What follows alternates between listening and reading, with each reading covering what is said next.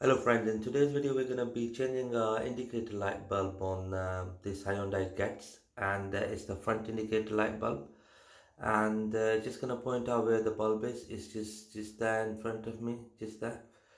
So what I'm going to do is I'm going to turn it anti-clockwise to disengage it from the bracket. As you can see, this bulb is badly deteriorated. It's not the bulb is not blown, it's just deteriorated. The lens is deteriorated, so we're just gonna change it. So you just push it down and then turn it anti-clockwise and it pulls out. Okay.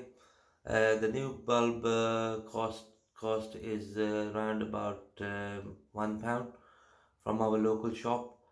So that's what I'm gonna replace. So this is the new bulb. So just line up the grooves, push it in, turn it clockwise, and off you go. That's how you fit the bulb.